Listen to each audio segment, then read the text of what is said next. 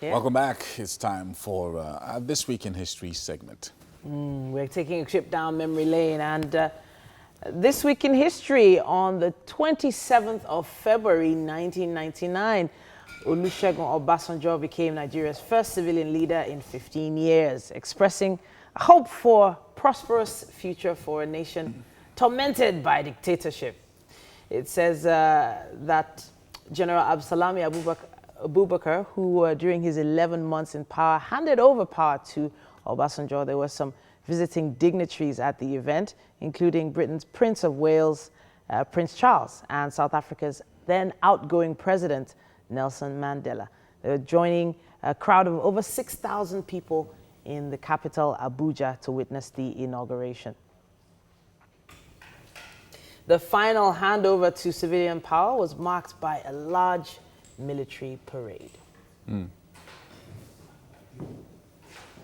Amazing, amazing. This was 21 years ago, and obviously younger President Obasanjo there.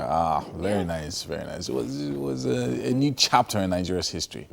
Anyway, so this week in history, singer James Brown is released from prison. In 1991, he is released from prison.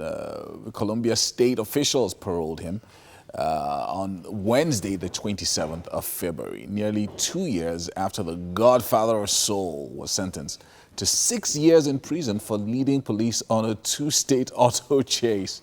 Oh my goodness. The performer remained on parole until October 23rd, 1993, and then was placed on probation for an additional 5 years. Wow. Oh, James Brown. Two-state car chase. It reminds me of the incident that happened about 2 years 2 years later, after his probation ended, with O.J. Simpson. Who was for hours and hours, they were chasing him. he was being chased by the police. And they take those things really seriously. Even though he's the godfather of soul, they were like, you're not going to get away with that.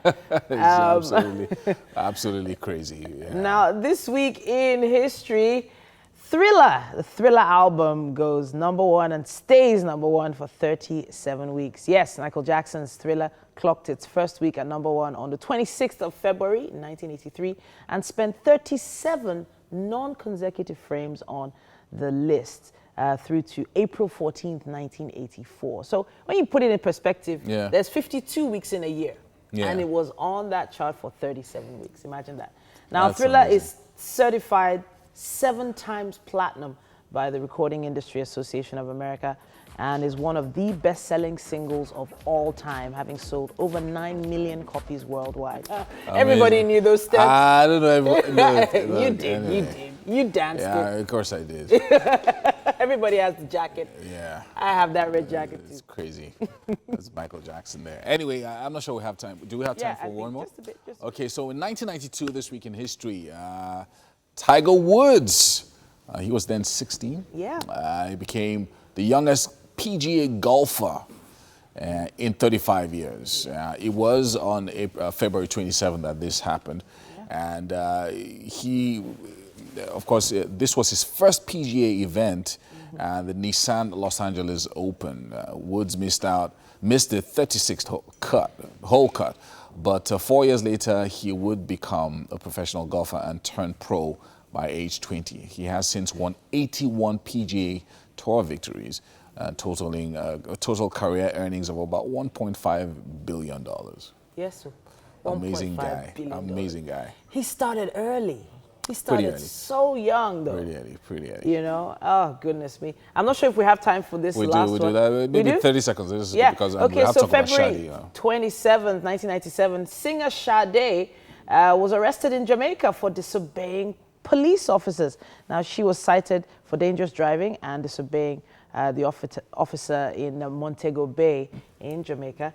And a Jamaican court issued an arrest warrant for Sade after she failed to appear in court to face charges. But medical proof of her daughter's hospitalization allowed the arrest warrant to be stayed. Oh, goodness me. I still want to meet her so bad. Sade. Sade. Wow. Yeah, even the stars used to get in trouble back in the day. Yeah, and that's all we have time for on This Week in History at this point. We've got Blessed in the building with Mary right now.